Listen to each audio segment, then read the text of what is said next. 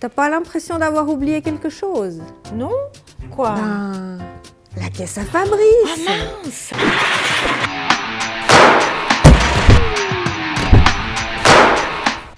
Alors, la caisse à Fabrice est arrivée à la bibliothèque de la Servette, de l'espace jeunesse. J'ai sélectionné des pépites, des merveilles évidemment. Et je me propose de commencer avec une collection magnifique de premiers romans chez Little Urban. Un texte, mon premier vrai baiser, David Ecali et Amélie Gros. C'est charmant, touchant, drôle comme tout. C'est le moment tant attendu du premier baiser dans toute une existence. Mec, ils sont tous nuls! Ah ouais? Adorable et puis franchement marrant. Et puis, dans la rubrique de l'amour toujours, Moi, quand vous faites ça, ça me fout une angoisse.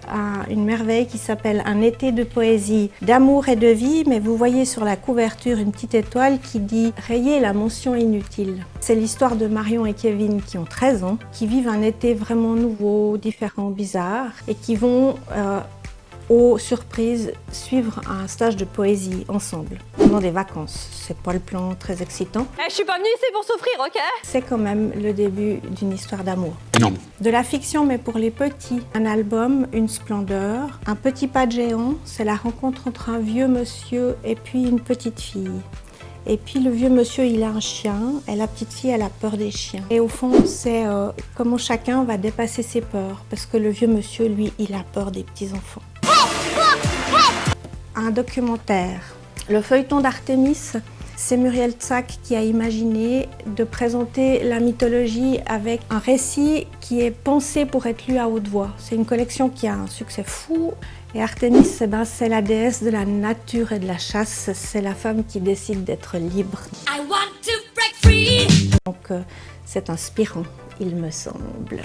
En documentaire, mais pour des plus jeunes, une nouvelle collection autour des animaux qui est publiée par les éditions du Ricochet. Et là, on a un aplat graphique et quelque chose de vraiment tout simple, avec un texte scientifique vraiment réduit à sa plus simple expression, mais qui est quand même un riche documentaire qui apprend plein de choses. Et puis, comme c'est une nouvelle collection, il y a le dauphin et puis il y a le macaque et il va en suivre encore d'autres.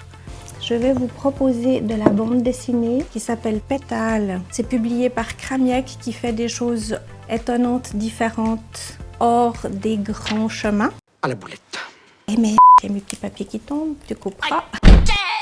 C'est l'histoire de la rencontre de trois compères. C'est une BD où il n'y a absolument aucun texte, mais beaucoup d'onomatopées. Et on est dans la finitude de la vie et la mort. Et comment ça se passe quand il y en a un qui s'en va. C'est une splendeur.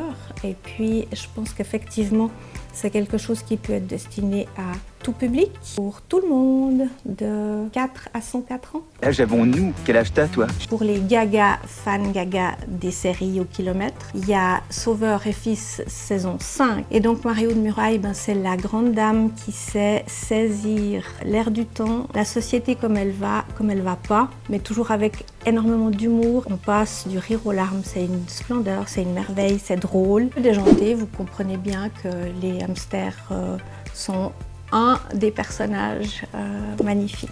Et puis, en écho, parce que cette dame, elle écrit beaucoup. Elle a raconté son histoire de vie dans En nous, beaucoup d'hommes respirent. Et ça, c'est classé pour le public adulte dans nos collections. Et c'est au fond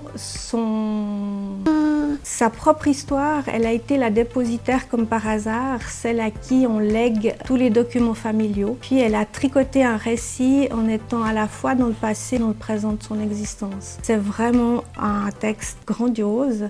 Et puis qui dit beaucoup sur une femme qui écrit, qui travaille, quelqu'un qui est tout le temps disponible pour rencontrer son public. C'est une merveille de la lire depuis plus de 30 ans.